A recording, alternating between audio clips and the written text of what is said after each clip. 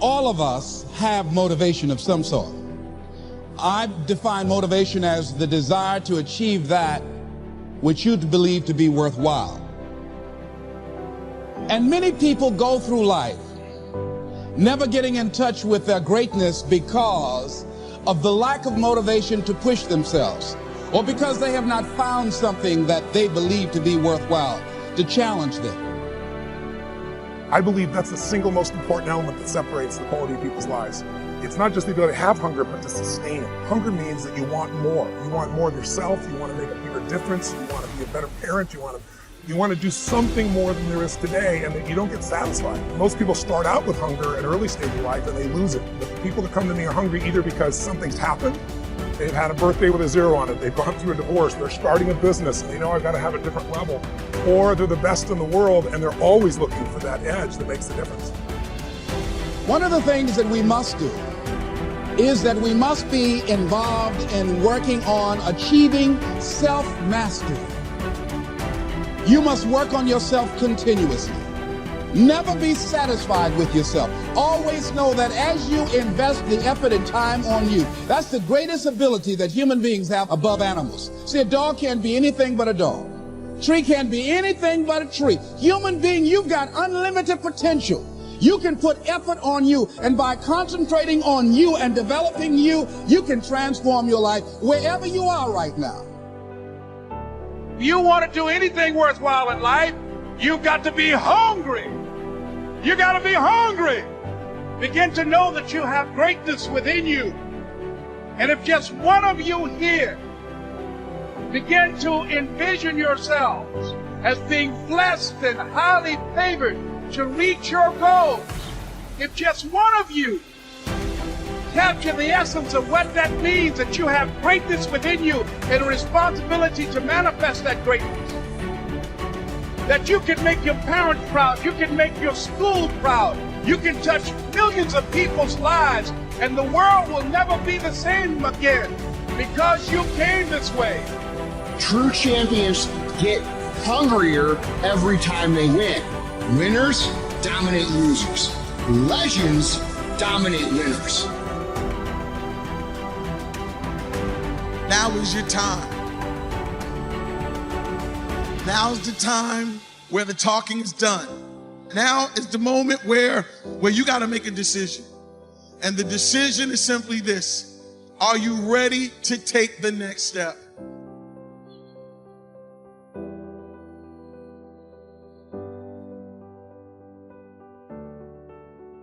One of my favorite quotes is by Henry Wadsworth Longfellow. He said, "The heights by great men reached and kept were not attained by sudden flight, but they, while their companions slept, were toiling upward in the night." What does that mean? You got to work. You got to do some doing this. You can't just sit around and hope it'll happen. One of the steps, one of the actions you need to take is called asking. And many of us, see, we wrote a book, Mark and I wrote a book called Dare to Win. And it was a book of all these kind of things, and people went out and they read the book, and still a lot of people weren't successful. And we thought, what's the problem here? And as we began to analyze and interview people, we realized that one of the main things that was blocking most people was the fear of asking for what they wanted. They wouldn't go up and just say, "Can I borrow money? Will you support my dream? Will you volunteer for school? Will you lend me your car?" Whatever it is they need, they were so afraid of being rejected. And so we wrote a book called The Aladdin Factor, How to Ask For and Get Everything You Want. And we were doing all that research, we ran across a girl named Marquita Andrews. And Marquita Andrews was the living example of what we call ask, ask, ask, ask, ask, ask, ask, ask, ask, ask, ask, ask, ask, ask, ask. Because you're going to have to ask a lot of people. And Marquita, her mother, when she was a little girl, came up to her and said, "You know, Marquita, I have a dream. My dream is to travel around the world, but I also have a dream for you. I want you to graduate college. Problem is, I'm a waitress. I don't see how I can underwrite both dreams on a waitress's salary. But I'll make a deal with you. If you'll go to college and agree that after you graduate, you'll take 25% of your income for the first number of years and put that in savings and send me around the world, then I'll pay for your college education. But if you're not willing to do that, then I don't know if I want to pay for your college education." Well, what is she? She's like 7 or 9 at the time. She goes, "Sure, deal," you know? Well, later that year, she joins the Brownie Scouts. And the Brownies are part of the Girl Scouts, and they came out with their annual cookie drive. And they had a contest that year. Girl who sells most cookies wins trip for 2 around the world. Marquita says, I'm getting out of this one easy, right? So she starts selling cookies like you can't believe. Now, in her first year as a Brownie Scout, she sold 3,526 boxes of Girl Scout cookies. Someone just said, no way. Most women who've sold Girl Scout cookies, if you sell 300 or 400 boxes, that is a big deal. 3,526. How'd she do it? Ask. She lived in New York, high population concentration, right? She would go into high-rise apartment buildings and condos, and as people would come down in the morning and back from work, she would just be there. Did you buy your cookies yet? Did you buy your cookies yet? You want to buy some cookies? And if she bought one, they said, we want to buy two. Don't you know people? She would just ask. Then one day, she finds herself at 14 years old. She wrote a book called How to Sell More Cookies, Condos, Cadillacs, Computers, and Everything Else. And she was the keynote speaker at Radio City Music Hall to the $1 Million Roundtable of insurance salesmen, all people who'd sold over $1 million in commissions and all this stuff. And she's up there talking to 1,000 people. At the end of her talk, she says, I want you all to look under your seat. You'll find a 3x5 card. Take that out and write a number between 5 and 10 on the card. So everybody did. And she said, that's how many boxes of Girl Scout cookies I want you to buy for me today as you leave here. That day, she sold 7,000 boxes of Girl Scout cookies. She's in the Guinness Book of World Records. Before she retired, she sold over 32,000 boxes. Isn't that astounding? Hasn't been beaten yet. But what does she do? Ask. Very powerful tool. Now, she had one final clause, or phrase she says, SW. What does that mean? Some will, some won't. So what? Someone's waiting.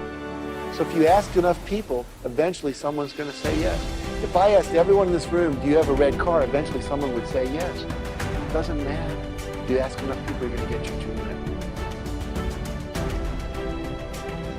I don't think that equality of opportunity is a problem. I think that's a great thing, and anyone with any sense champions equality of opportunity. I mean, even if you're purely selfish, say, and purely self-centered, you'd want to set up an economy where everyone who had ability could be maximally exploited by everyone else, because then we can all benefit from each other's talents. And so equality of opportunity is an absolutely useful fundamental principle. But that has nothing to do with equality of outcome. Those things aren't even in the same conceptual universe. And to strive for equality of outcome is, well, it's a fool's game and likely to be extraordinarily, it has proved to be in the past, extraordinarily dangerous as well as impossible. So, I mean, one of the things we know, for example, is that, I don't know to what degree it's common knowledge in Scandinavia, but the biggest differences between men and women in the world in terms of temperament and interest are in Scandinavia, and they've maximized as a consequence of your egalitarian policies. What do you mean by that? It means that the more egalitarian your state, the bigger the personality differences between men and women. That's like the... How do you measure that? How do you know that? Oh, well, psychologists have perfected, at least to some degree, the measure of personality over the last 30 years with very advanced statistical models. And so what you do is you offer men and women well-validated tests of preference and of personality. And you do that all across the world with tens of thousands of people in multi-country samples. And then you look at the difference between men and women, and then you rank order that by wealth and egalitarian social policy. And what you find is, the more egalitarian the society, the more different the men and women become. I think that equality of opportunity is a perfectly reasonable proposition. I mean, I have a daughter and a wife. I do everything and many female clients and who I've consulted with and helped, and in many cases helped accelerate the development of their career tremendously. It's obviously of great utility to encourage forward striving in young people and people in general. That's not the issue in the least. The issue is the outcome. Yeah, well, then why do you think the outcome, and these countries where the outcome is more equal, why do you think that leads to bigger differences between because there's only two reasons that men and women differ. One is cultural, and the other is biological. And if you minimize the cultural differences, you maximize the biological differences. So, I know everyone's shocked when they hear this. This isn't shocking news. People have known this in the scientific community for at least 25 years. And it's been replicated in the last month 3 times in 3 separate samples, including in Science, which is the world's greatest scientific magazine, by greatest